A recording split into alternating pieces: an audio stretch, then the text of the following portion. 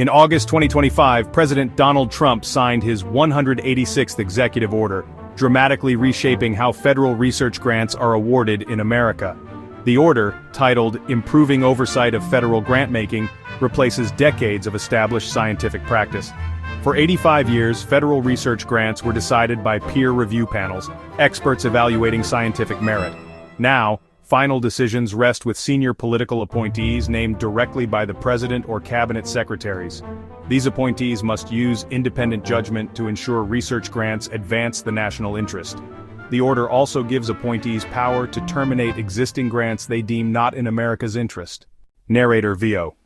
Democrat Zoe Lofgren from California's Science Committee called the executive order nothing short of obscene. Lofgren, VO. In what world does Donald Trump think Americans want political appointees making decisions on what science gets funded? Narrator VO. The American Association of University Professors didn't hold back their criticism. Wolfson, VO. This order replaces experts with ideologically driven political stooges who have no expertise making decisions on academic research. Narrator VO. Even the normally reserved American Society for Microbiology denounced the order. ASM Statement, VO. Disease knows no politics, and scientific policy must be rooted in unbiased scientific evidence, not political beliefs. Narrator VO. From Canada, David Robinson of the University Teachers Association called it outrageous. Robinson, VO.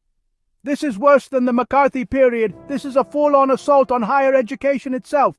The order specifically targets research it deems wasteful, including diversity initiatives and critical race theory. Grants promoting Marxism, class warfare propaganda, and anti-American ideologies are explicitly forbidden. Research examining health disparities between racial groups could be eliminated under the new rules.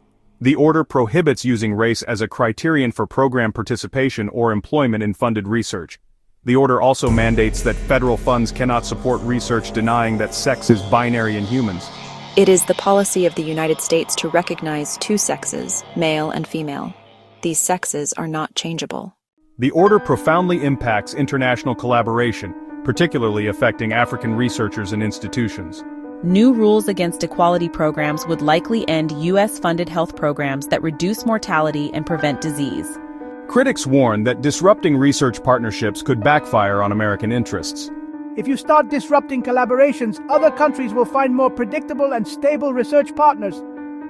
This reverses the 85-year-old practice established by President Truman in 1945, following Vannevar Bush's landmark report.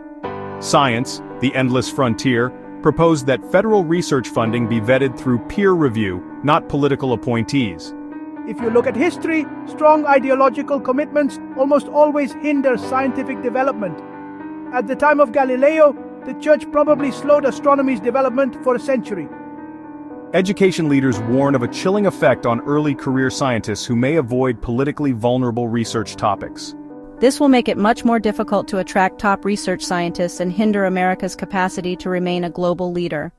As other nations observe America's shift toward politically driven science funding, the question remains whether this executive order will strengthen or weaken America's position in global scientific leadership.